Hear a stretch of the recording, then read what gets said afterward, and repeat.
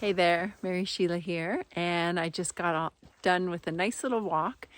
And guess what I was thinking about on my walk? Cholesterol, and more precisely, triglycerides. Now, I know that sounds really weird, but not really if you know me as a nutritionist. but I was thinking about it, and I'll tell you why, and hopefully teach you something. I had a couple clients come to me this week, and they had high cholesterol, and their doctors wanted them to see the nutritionist to work on their cholesterol levels. So I said, okay, like we can do that. Let's look at your numbers.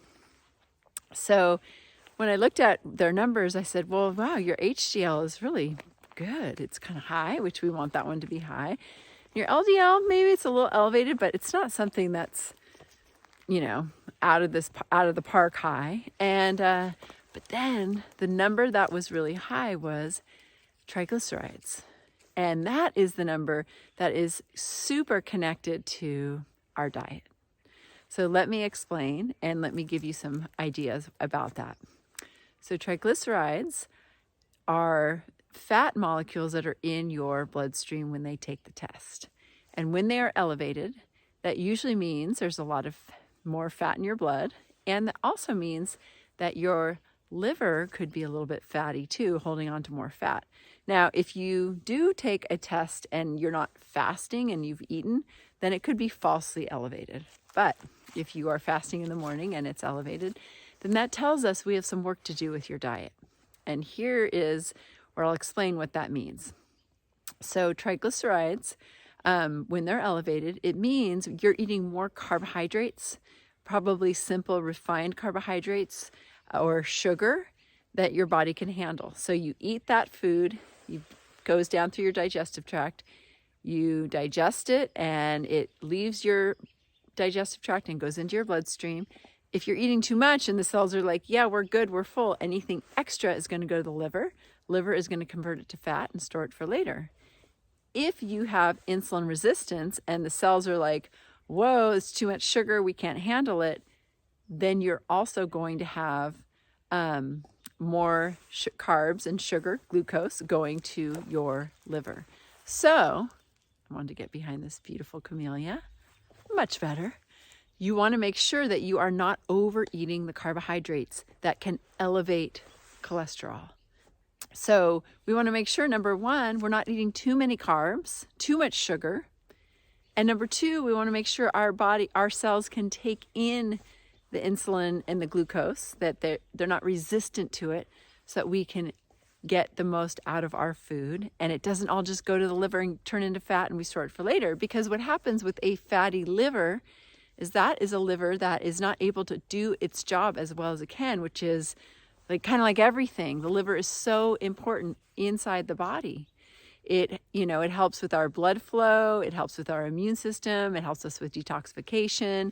I mean, I could go on and on with the million jobs that the liver does. And so if your liver is sluggish and fatty, it's not going to be able to do its job. It's going to be slow and sluggish, and it's going to be really hard to lose weight. It's going to be really hard to kind of do anything. So this is like utmost importance to bring those triglycerides down if they're high. On a standard lab, it should be under 150, and that's when you're going to not be flagged for being high. But if you want my opinion, I like to see it under 100. And if I really want to call you an ultimate rock star, I want to see it under 70. And that means you're not taking in a whole lot of carbs, and that also means that you have good blood sugar control. So of course there's a lot you can do, but I'm just going to keep it really simple. One of the things is you got to watch your sugar intake, right? Anything that's sweet, you've got to watch that. Number two is anything high fructose or just fructose. So, and I'm talking refined. Eating fruit is fine. I think fruit is wonderful. Eat 1 to 2, sometimes 3 servings a day, especially if it's low glycemic. 1 to 2 is usually pretty good. Lower glycemic is better. And, it also depends kind of where you live, the temperature, your activity level. But you don't want to be drinking juice, and you don't want to be you know, having things with high fructose corn syrup, which is like sodas, and you just want to watch out for that word in any labels and avoid those foods. If you can do that, you are going to be golden, right? And that it's going to change. And exercise and movement really can help too, right? What happens when we exercise is our blood flow increases and it kind of cleanses out and sort of helps clean out the filter of the liver. So that's going to be really important too. So I'm going to keep that really simple. Look at your sugar intake and your refined carb intake, right? So if you love, like, you know, a lot of times people tell me, well, I love these gluten-free crackers and they're really good for me because they're gluten-free. Yeah, but they're still crackers. They're still simple sugars. They turn to sugar instantly in your body. Okay, so you want to watch your intake of refined carbohydrates. You want to watch your intake of high fructose corn syrup or just fructose from fruit juices or sodas or anything like that. Eliminate liquid sweetness, really, really, really. And you also want to move and get that cardiovascular system going and flush out that big filter that is your liver as much as you can. Okay, so that is today's tip. And I think it's a really important one because cholesterol is a really big, diagnosis of high cholesterol. And there's a lot of medications out there for it, but there is a lot we can do to change it. Okay, so that's what I want to say. I hope you have a really great day. Get out there and move, eat whole foods, and bring your sugars down naturally with just eating whole foods. That's the secret. That's the way in. All right, have a good one. See you soon.